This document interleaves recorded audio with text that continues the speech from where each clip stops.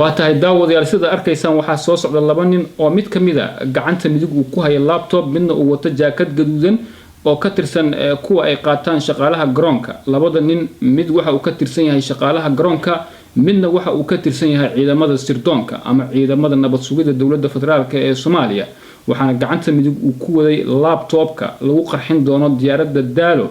oo ku wajahnayd magaalada Djibouti ee xarunta dalka Djibouti waxa soo socda nin oday ah oo lu ka hitinaya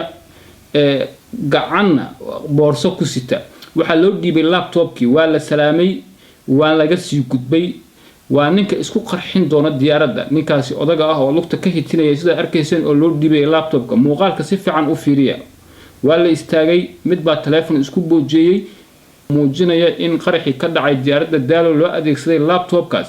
si fiican u fiiriya mar kale labadani waa ay soo socdaan laptop buu gacanta midig ku sida waa gudihii garoonka maqaayadii ku dhax taalay garoonka gudihiisa